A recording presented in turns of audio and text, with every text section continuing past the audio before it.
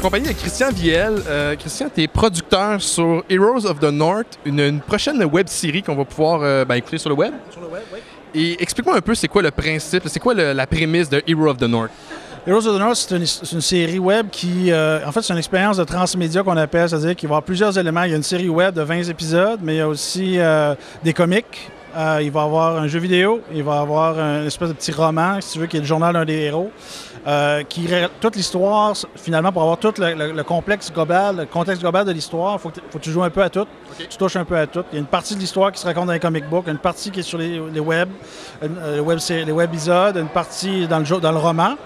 Et puis, mais tu peux regarder chacun individuellement et avoir quand même une histoire complète. Tu n'es pas obligé d'avoir tout vu les affaires pour comprendre ce qui se passe. Okay, c'est que c'est très comic book, en fin de compte. Tu as des compléments, mais si tu veux en avoir plus, va voir ailleurs. Exactement. Mais tu as quand même une histoire complète de A à Z dans le truc. C'est vraiment inspiré des comics. Puis, mais on le fait avec tous les médias possibles et imaginables qu'on est capable de manipuler.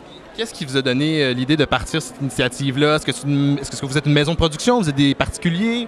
Oui, on est une maison de production. Ça fait 20 ans qu'on fait des films indépendants au Québec, films de genre. C'est déjà pas très valorisé ici. Ça fait 20 ans qu'on essaie de faire un film de super-héros ici. On se fait toujours fermer la porte au nez. Avec l'avènement de la technologie, on s'est rendu compte qu'on est capable de le faire nous-mêmes, sans trop de frais. Fait qu'on s'est décidé, on s'est lancé. Au début, on voulait juste faire une série web, mais en développant le concept, il y avait plein d'affaires qui nous tendaient de faire. Ça fait longtemps qu'on voulait faire des comic books aussi. Puis ça, on se dit, pourquoi on ne met pas tout ça dans le même projet? Puis c'est tout autofinancé. On le génère au complet à partir de notre lunch money dans le fond, puis on tourne le projet comme ça. Je veux dire, est-ce que vous êtes des fans de BD à la base, de comic book américain? Oui, absolument. Même la plupart des gens les acteurs qui sont aussi, quelques-uns sont aussi scénaristes, ou quasiment tout le monde, on est toute une petite équipe, tout le monde travaille pratiquement, fait tout un travail, 4-5 jobs sur le show. Tout le monde, c'est des fans de BD, ou presque, là, ou si c'est pas des fans de BD, c'est des fans de manga, ou c'est des fans de, tout le monde a une connexion de jeux vidéo, tout le monde a une connexion au genre, c'est vraiment des fans qui travaillent là-dessus. Fait que c'est vraiment un labor of love, comme on dirait en bon français. Et les épisodes, ça va être combien de temps à peu près? Chaque épisode est en 3 et 6 minutes. Puis il y en a 20 au total. On a 15 de tournée. Puis on en tourne 5 autres cet été parce qu'il y avait des choses. On avait commencé le tournage en novembre alors qu'il y a des affaires qu'il fallait tourner en été. Fait que là, on tourne le reste cet été. Puis ça commence le 1er août.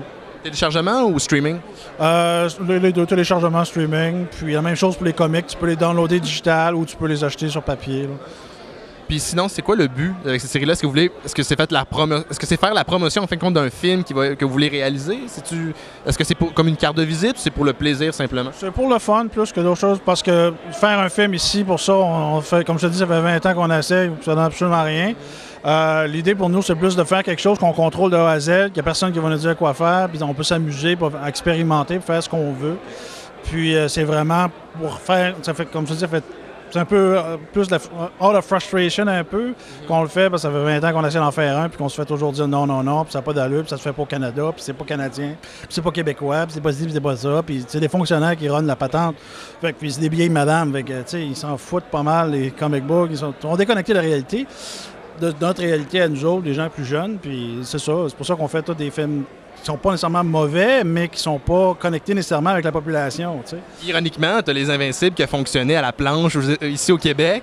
Ouais, ça a fonctionné, mais en même temps, ils ont pas. C'est mort dans l'œuf aussi encore. Enfin, c'est un peu. Faut qu'ils ont se dit, gars, sur le web, il n'y a personne qui peut venir nous écœurer, ils ne peuvent pas nous contrôler, ils ne peuvent pas rien dire. On n'a pas autant de moyens qu'on voudrait, mais au moins on est libre, puis on est content avec ça. C'est pas un peu symptomatique, justement, les gens, on se retrouve pas dans les médias. Et je trouve que ça se passe quand même pas mal au Québec. Alors, on va le faire. On va faire ce qu'on veut voir à la télévision. Bien, c'est parce que maintenant, on a le pouvoir, enfin. C'est comme, tu sais, avant que les gens sachent écrire ou whatever, il y avait juste quelques personnes qui pouvaient écrire des livres. Il y avait, tu sais, ça se fait avec tous les médias, éventuellement. Tous les médias finissent par se démocratiser, je pense. Puis là, bien, enfin, les outils pour faire du cinéma sont moins chers. Puis, à la grande panique de toutes les grosses compagnies de médias, mais c'est ça, les gens sont tannés de se faire nourrir de la même affaire, du pablum plate, puis ils se tannent, font leur affaire, puis... Mais il y a un public pour ça au Québec, tu penses? Peut-être pas au Québec nécessairement, mais il y en a un certain. On est un Comic-Con, il y a des gens ici, puis il y en a quelques-uns, mais c'est pas. C'est sûr que juste le Québec comme tel, c'est peut-être pas assez pour runner un show. C'est pour ça qu'on tourne dans les deux langues. Puis internationalement, c'est ça qui est ironique. On a une page Facebook pour l'instant, puis 80% de nos fans, c'est du monde d'ailleurs. Des Français, mais aussi des Américains, beaucoup d'Européens, de tous les endroits, beaucoup d'Arabes, surprenamment. Brésil, tout ça, on peut voir un peu énormément des gens de partout à travers le monde. Pourtant, nous autres, on avait fait ça quand même canadien, tout ça. Ça n'a pas l'air de déranger. Il y a quand même un intérêt. Puis c'est mondial, tu sais. Fait que moi, c'est ça qu'on se disait aussi. En allant sur Internet, t'as une distribution, t'as une fenêtre internationale, puis t'as pas à te limiter à ce qu'on te demande ici. Tu sais, t'es complètement ouvert.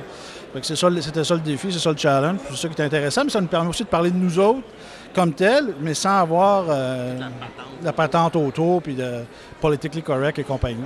Date de sortie? 1er août 2010 pour les premiers épisodes, puis les premier comic aussi en même temps, le même journée. On va aller voir ça, merci. Merci.